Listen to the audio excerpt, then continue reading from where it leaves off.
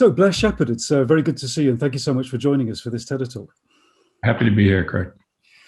So we have 20 minutes, which is not long, but perhaps we could just start our subject of decision-making by just inviting you to introduce yourself briefly. So I'm Blair Sheppard. I'm the global leader of strategy and leadership, which is two things that don't usually go together in an organization in PwC. The key point to that is actually we're a federated structure. And so I have lots of responsibility and very little authority that comes with that, but kind of a fun role. And then prior to that, I actually had a job like yours. I was the dean of the business school at Duke University and opened the campus in China that we have as a university, not just a business school, but the whole university, and then came to do this job. Excellent. So I have the unenviable task of in 20 minutes trying to extract some of your insights with such a great portfolio of experience and expertise. So Blair, perhaps what we could do is start with, our question is decision making. What influences us? And I know that you have a if I can just call it very simply a framework by which you're thinking about what goes on before a strategic decision and after a strategic decision. Perhaps we could start by just highlighting and elucidating that for us, if that's okay. So again, remember that sort of where I live is sort of sitting above 156, 158 independent territories, right? And so what we really do in this engine is frame the challenges for people and occasionally dip in and influence the decisions.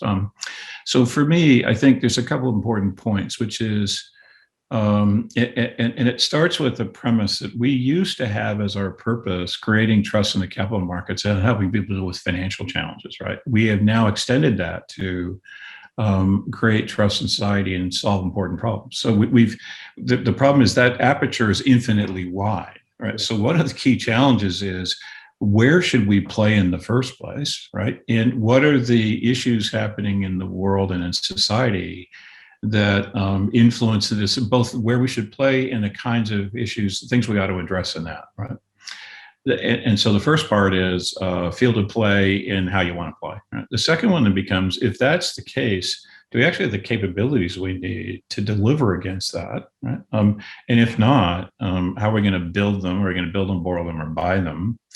And then with that in mind, how do we actually have to deploy them effectively so we can compete and deliver on our purpose? Right?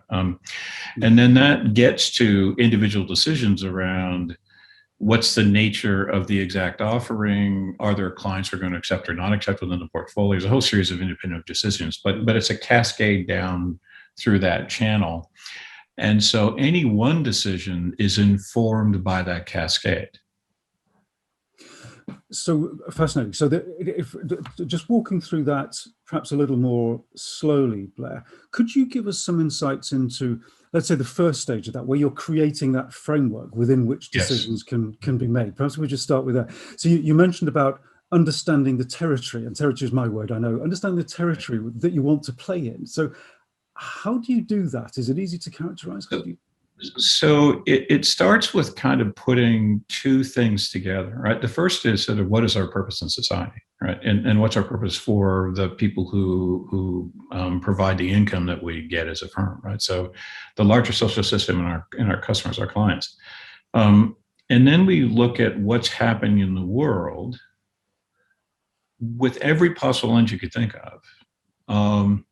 And say, what are the trends that are particularly acute that we need to have as part of our consideration set? So I'll give you an example. One of the places that led us is to kind of analysis that says the world is addressing three profound crises that all have the same structure, which is they're a problem now, they get worse next year, and if we don't address them in a decade, it goes very dark, right? And that if our job is to sort of ensure trust in society and solve important problems, I kind of circumscribed a pretty serious backdrop against which that occurs. So with that in mind, it informed an entirely different set of choices for us around where should we play. So for example, you could think of us as helping implement projects in our advisory business, or you can think of us as doing a public audit. Well, on the audit side, it's more than a financial issue. We should be auditing if those are the crises the world's grappling with. We ought to be auditing a much broader array of issues. And then the issue is not, are you implementing a project, but are you actually making progress against some pretty serious issues that every one of our clients has as a subset of those crises, right? Yeah. So, but it begins with, you could think of as looking at known trends, not uncertainties really, because where I play, the uncertainty doesn't exist that much. It's actually what's obvious. Yeah. And with that in mind, therefore, what do you have to do about it, right? And there are these three obvious crises. And then we identified a fourth one, which is actually crisis in leadership, by the way. But that's the second half of my job. Which we'll try and come on to before the end of the discussion, if we can. And perhaps just for the sake of clarity, I suspect we can guess, but it would be great if you could just outline what those, can you outline? The first crisis is crisis of prosperity, which is, as I said, around the world, the vast majority of people feel like the future is worse than the current reality. Right. And when that happens, they stop trying. And that's largely a result of disparity between people, between regions, again, about London and Northern England, for example, and between generations. Right? The second one is crisis of technology. And there's two parts of this. The first one is the industrial system has as a byproduct CO2 equivalents, which within a decade, if we don't address them, the world goes very dark, right? Because of the feedback loops in the system. Yeah. And the other one is actually the way we're talking to each other. The technology system has a series of unintended consequences that are really quite dire. And as we go to AI, to become harder and harder to audit and do something about, which is why it's a decade. Then the third one is a crisis in institutions, which is that people have lost faith in institutions. The data on this one's kind of interesting. 18% of people around the world in an Edelman survey, which is 75 countries they survey, believe the system's working for them. If I went back 2 decades, it would have been in the 70s. It's a massive drop in trust in institutions. And so those are the crises. Pretty serious, actually. Indeed. Fascinating. And I think you began to highlight for us how you then turn that kind of global insight and an understanding of the territory that you're playing into something that then provides a framework for the 150 or so businesses that were actually making the decisions. And those are my terms, not yours. But exactly, it's a big walk, by the way, because take where I started, you can get to everything. So the walk is essentially, if you take those issues, what does it mean for the societies that we're designed to support? Because then you could think of it as actually, the audit is designed to support the capital markets and all societies, right? And then the second one is, what does it mean for our clients? And it's actually quite clear. So our clients have to deal with the climate consequences that I described. They have to deal with adjusting the technology as it's moving. They have to deal with navigating the employee and workforce issues associated with the social issues I described. And they have to deal with massive lack of trust. So then we try to figure it out more by sector, and then come back and say, what does that mean we need to do as a firm? And we landed on 2 things. We said, we are going to focus on building trust for the constituents of our clients, right? Help our clients build trust with their constituent group. And we're going to help them achieve the outcomes they're trying to achieve. So unlike where we used to say, we'll do a project for you, we'll install, we'll get you to the cloud and we'll install a back office function. We essentially say, given the pressures you're under, what are the key outcomes you have to achieve and how do we help you get there? Then that gets to the next point, which is, if that's the proposition we're putting forward, there's some things we don't have, we have to invest in pretty quickly. Which is the capability question. Exactly, capability question, exactly. And is that the question of capabilities, and in terms of the federated structure that you described, Blair, is that something that is dealt with at if I can say, the one of the 158 parts of your organization, or is it dealt at a broad level, or some combination of the two? Both. It's not unlike defense, right? Which is a question for the Air Force, and there's a question for defense writ large, right? And so, but it's primarily at a territory level. The challenge is the range of capabilities necessary to do what I described. Virtually no territory has enough money to invest in and build. The US probably is the only one we have in a network who has. So we really have to think about regional solutions. So can we create a center of excellence in climate, for example, in Southeast Asia? Can we create one in Europe? Can we create one in the Americas? Can we actually really understand by sector how technology is changing that sector, and where are we going to put that expertise? So we are creating something that looks more like a hybrid, where it's regional expertise that serves territory need, which is a massive change in operating model for us, right? So once you build the capabilities, you have to change the operating model, right? And so there's more control from the center than there used to be, if I put it that way. But it's pretty shared. Which is almost a necessary condition of creating those centers. Exactly, because there are too many of them and they're too complicated. Right. Exactly. You just can't say. So imagine the Caribbean trying to build all the capabilities necessary to address the kinds of derivative issues of the challenge I described. Couldn't be done. There's just not enough money and not enough people. Fantastic. And before we come on to talk about the implications for making local, still strategic decisions around, yes. Can I just address the issue of time, Blair? Because one of the things that occurs to me that it might be worth just clarifying what sort of time period or time scale we're talking about the creation of that. So here's the problem. The job, you can think of the job I have, which is you go to the mountain, you think for a half a year, come down and show the tablets, right? It doesn't work anymore because actually the world's coming too fast. And so we're in a race, and we're in a race against two things. We're a race against every other professional service firm in the world, not just the big four. McKinsey, BCG, the investment banks, the law firms, we're in a race against them all, right? And the startups. And actually, we're in race against time, because I told you each of these things, there's 10 years to solve the problem, which means we have to define it, we actually have to act on it, and we have to make large progress within a decade. Human systems don't work that fast. So the temporality is much, much faster than we're used to. And one of the things I'm most worried about is we're not fast enough, right? So we came up with this strategy in the same period of time that the world invented a vaccine and started rolling it out. That's not quick enough, right? We've got to do it way, way, way, way faster. And we're working on accelerating it, but that's my biggest concern. So the important point of that, by the way, is that strategy and execution are one and the same thing now, because it's been pushed together in terms of complexity and speed. So pushed together and also not at all linear by the sound of it. Exactly. In terms of the relationship between them. Lots of feedback loops. Yeah. I can imagine. So working through that framework you've described, I think that perhaps brings us, if I'm right, to I'll just use the term local unit. Forgive me, I know it's not the right term. So yeah, it's a good use. Is that right? Okay, so local unit. So can you perhaps just talk us through, perhaps possibly with an example, about how they then operate within that framework to be able to make their own local decisions about where they're in client contactable? Yeah, just for example, let's take the UK, because we're there, right? Turns out the UK is probably our second largest local unit. Still doesn't have enough capacity to solve the problem in and of itself because there's too much, right? So the first thing I would do is kind of say, how is our local market different from the proposition that set up the global premise? Not very much, by the way, pretty similar. Although the risks of climate are less severe in the UK than they would be in somewhere like Central Africa or Southeast Asia, right? But the rest is pretty similar. What are the capabilities we have now? Which ones do we need to build? And then how are we going to make investments? Are we going to invest in building it ourselves? Are we going to buy it in the market? Or are we going to borrow it from somebody in the form of an alliance, right? And in a lot of these cases, what you'll see is there's just not enough to go around. So for example, there's a lot of people who can tell you what the climate problem is. There's very few who can actually solve it.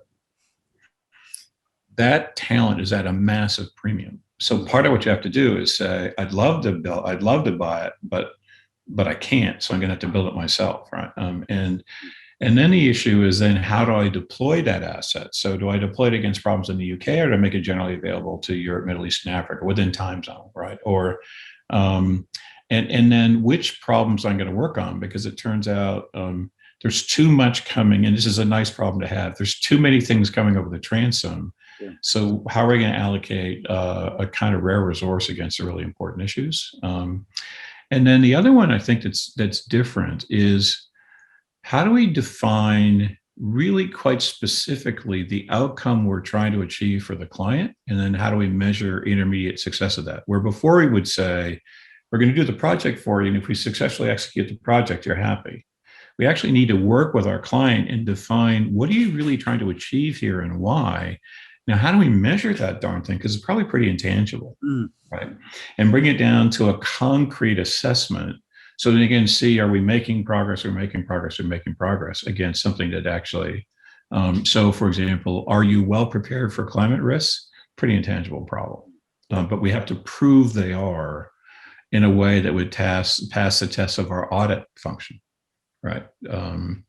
So a very different kind of decision process from what we're used to. And is it possible to, and I'm picking of one example that I thought was particularly striking, actually, that you mentioned about the massive loss of trust in organizations. Yes. That your clients might not necessarily be, that might not be top of the list of things to sort out. I mean, they might be sort of vaguely aware of it, but it might not necessarily be on their strategic agenda. I mean, it might be seen as a sort of consequence of some of the things they do. Yeah, exactly.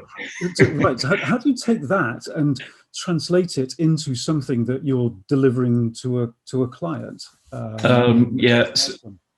So the three, let's walk around that with 3 points of view, right? The first one is, if we're really going to help a client achieve an outcome, there's inherently a trust problem in that, right? Because the point you want to raise with the client firm is, you're going to engage in a pretty complex, pretty ambitious change process, and you risk losing your mandate halfway through. You can't afford that. You don't want to stop in the middle of an intersection in a change like that, right? You got to get all the way through.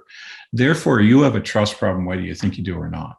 So you come to trust through outcome is the first case, right? The second one is to get them to see that their constituents have a different preoccupation than they think they do. So most investors are really concerned about the degree to which firms are impacting climate, for example. Now, the dilemma is the intermediary, right? The analyst in a bank or the auditor, even our own people, don't focus on that, because we still focus on what used to be measures of success. And so part of what we have to do is persuade the client and work with the client to say, actually, your shareholder or your stakeholder cares about things that the people who are hitting you day to day are missing. And so we have to help them navigate that and say, because of that change in concern, you have a trust problem because there's a gap between what you're focused on and what they're really concerned about.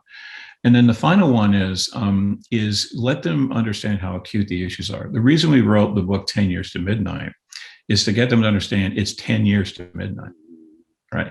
And if we can get them to understand that, then they realize they have a trust problem, whether they thought they did or not, because they're massive issues that need to be addressed really quickly, and they're in the middle of them. So 3 ways in, and hopefully one of them works. Fascinating. And Blair, we touched on the subject of the fourth crisis that you mentioned in leadership. Yeah. And I wonder if actually we can link this to the subject that we just talked about. I'm thinking about it almost in the context of if this is correct, a managing partner, say, for the UK. Yes. And perhaps you could just follow on from that. So what the crisis is. Where we got with this is, if you think about what I was just describing, right? We're in a world which is really ambiguous, where there's huge interdependencies in the issues, because the 3 crises I described roll over each other. You can't solve one without solving them all, right? And they happen really fast. So the kind of leader we used to have, we can no longer afford. And I'll give you a couple of examples. Think about the best leader you know of through COVID. I'm willing to bet they did 2 things really well. They were incredibly humble in their acknowledgement they had no idea how to deal with this issue. So they sought input from lots of people, right? Epidemiologists, public health officials, economists, business people, politicians, and then probably even psychologists about what's going to work and what's not going to work as an intervention method. And I guarantee you, when they got all that input, they had no idea what the right answer was. So they're humble enough to define the problem, but courageous enough to take a decision in spite of that. Yeah. Right. Yeah. And then humble in acknowledging all the ways in which that was wrong and correcting course. Now, question for you: how many people do you know are humble and heroic at the same time? Yes, it's a very small number. The second one is they were technically capable, because there's a lot of, which epidemiological survey do I believe? Is the vaccine going to happen? How does it work? It's actually, there's some deep technology in that. Yeah. But they also understood they were operating in human systems. And so, the person who understands the vaccine but didn't know how to get people to take it isn't very helpful. The person who understands how to get people to take it but don't understand the vaccine isn't very helpful. So they have to be technology savvy humanists. Now, I ask you, how many PhDs in biology or electrical engineering studied sociology, psychology, and political science, right? And I'm already thinking of the 4-box model that put those two things. You got it, man. Now let me add another dimension for you, just for fun. A person I admire deeply was the CEO of Pfizer, and he did something really pretty amazing. He understood what was essential in the tradition of drug discovery, which is the protocols by which you do development, and he did them way better than any regulatory process would require. They were really, really rigid in that. And then they innovated on everything else, right? They changed, they did simultaneous discovery. They built manufacturing before the drug had actually been approved. They did all sorts of, they broke every rule except the one that really mattered. What I would call traditioned innovator. Right now, again, ask yourself, how many people are deeply rooted in tradition and are innovative at the same time? So you have a very, very rare set of capabilities. Exactly. And so the issue is the capacity to navigate things that feel inherently paradoxical. Yeah. Yeah. And so those are, I think you define 3 paradoxes. Yeah, there's 6 we articulated. Perhaps just we're sort of up against our time, but I would be fascinated. Let me do it really quickly for you. So high integrity politician, and what we mean by that is the ability to bring people together that are from very disparate points of view, but not lose the core idea or lose your integrity in the process. A globally minded localist. And so there's a flip in the world today. If you think about where the world is going, most of the problems can be dealt with best at a local level. So at Lincoln, right? So that's sort of why you went there. You can solve them at a local level, but there's a lot of stuff happening globally you have to be aware of, right? So the pandemic, climate, whatever the issue is that you have to be aware of. And so it's the flip of what we used to say, which is a global person with local awareness, right? It's actually the opposite, which is a locally minded person with massive global understanding.